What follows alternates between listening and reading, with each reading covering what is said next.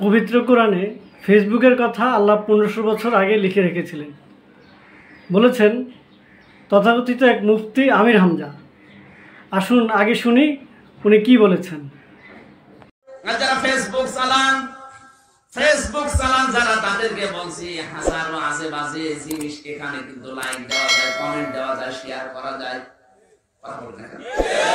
Facebook চালাতে হবে এই নির্দেশ আছে কোরআনে। এখন যদি বলা ফেসবুক হারাম, না।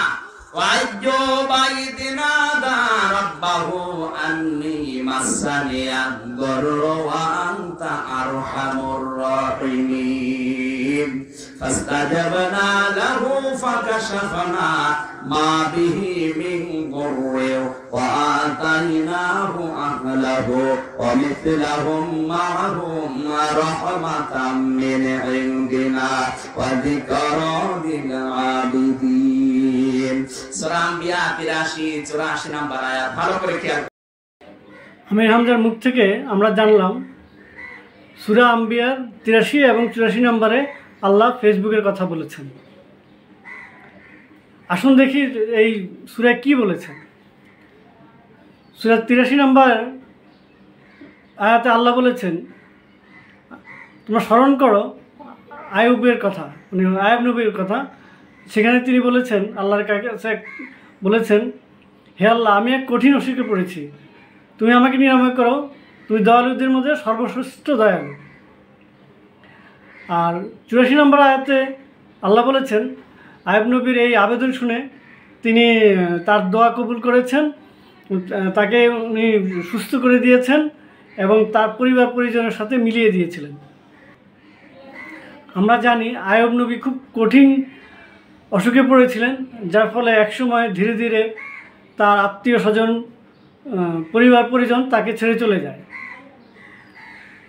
এটা আসলে মূলত দোয়া, হে আল্লাহ, আমি এক কঠিন অসুখে পড়েছি, তুমি আমাকে নিরাময় করো, তুমি দয়ালুদের মধ্যে সর্বশ্রেষ্ঠ দয়ালু। আমি যখন বহু বছর আগে কোরআন শরীফ বাংলায় পড়েছি, তখনই আমি এই দোয়াটি চিহ্নিত করে রেখেছিলাম। এরকম কোরআনে অনেক দোয়াই আছে। এইসব তথাকথিত মুফতি আলেমরা আমাদেরকে বিভ্রান্ত করে তারা নিজেদের ফায়দা লুটতে চায়। তারা মনে করে তাদের মতো ভাবনার মতো আমরা বুঝি খুবই মূর্খ, আমরা কেউ কিছু জানি না। আমরা যদি না জানি, মূল কথা হচ্ছে আসলে তারাও হয়তো মূর্খ এবং বিভ্রান্ত। কিছুদিন আগে আরেক ধর্মব্যবসায়ী মিজানুর রহমান আজহারি বলেছিলেন, ফেসবুক ইউটিউব দেখে সওয়াব কামানো যায়। এগুলি বলছে কেন জানেন? তারা ফেসবুক ইউটিউব থেকে প্রচুর আয় করে এবং সেই আয় বজায় রাখতেই আমাদেরকে এদিকে ধাবিত করে দিচ্ছে। যেখানে আমরা আল্লাহর কাছে দোয়া করব, ইবাদত করব, সেখান থেকে বিভ্রান্ত করে আমাদেরকে তাদের আয় ইনকামের পথ করে নিচ্ছে তারা। আমরা যত ফেসবুক ইউটিউব দেখব তত তাদের লাভ। আর এই লাভটা কে দেয় তাদেরকে? এই ফেসবুক ইউটিউবের মালিক কিন্তু ইহুদি খ্রিস্টান নাসারা। তারা প্রতি মুহূর্তে তাদের গালি দেয়, অথবা তাদের টাকা খাচ্ছে। আবার এর বিনিময়ে ইহুদি খ্রিস্টান নাসারা কী পায়?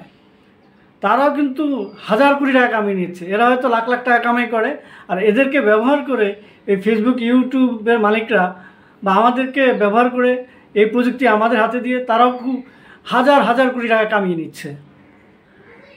এই আমির হামজাই কিছুদিন আগে বলেছিল যে মুসলমানদের করোনা হলে কোরআন মিথ্যা হয়ে যাবে, কিন্তু আজকে দেখেন অনেক মুসলমানদের করোনা হয়েছে। তাই বলে কি কোরআন মিথ্যা হয়ে গেছে? আপনারা বিশ্বাস করেন আমির হামজাকে না আল্লাহকে? পবিত্র কন্যার আল্লাহর দান সেই কোরআন কি মিথ্যা হয়ে গেছে? একটা কথা আলেম ওলামারা প্রায় বলেন, নেশা খাবি খা, মারা যাবি যা, ইমান আকীদা নষ্ট করে দোজখে যাবি যা, জামার শিবির করগা। জামার শিবির যারা করে তারা এভাবেই আমাদেরকে পথভ্রষ্ট করে। আমি শিবিরের সাবেক সভাপতি এবং বর্তমান জামাত নেতা ডাক্তার মাসুদের বক্তব্য প্রায় শুনি। এ তো বড় মূর্খ। সেও প্রায় দেখি যে বলছে এক সূরা, কিন্তু অর্থ বলছে আরেক সূরার কথা। এবং আমার কিছুদিন আগে একজন জামাতের কর্মীর সাথে দেখা হয়েছিল, সেখানে অনেক লোক ছিলেন। তো সেও একই রকমভাবে কথায় বলছে এক কথা কোরআনের, অথচ সূরা বলছে আরেক। তো আমি যখন ধরিয়ে দিলাম তখন সে চুপ করে গেল। তো তথাকথিত এইসব ফটকা আলমের কথা বলে শুনে নিজেরা বিভ্রান্ত হবেন না, কারণ পবিত্র কোরআন বলেন, হাদিস বলেন, সেটা আমাদেরকে শুনে নিজেদের বুঝতে হবে। কারণ কিয়ামতের দিন আপনি আমি সবাই একাই দাঁড়াবো, ইয়ানফসি করবো, তারা কেউ আমাদের পাশে এসে দাঁড়াবে না। সুতরাং নিজের বিবেক বুদ্ধি দিয়ে কাজ করুন, এদের থেকে বিরত থাকুন। খোদা হাফেজ। জয় বাংলা, জয় বঙ্গবন্ধু।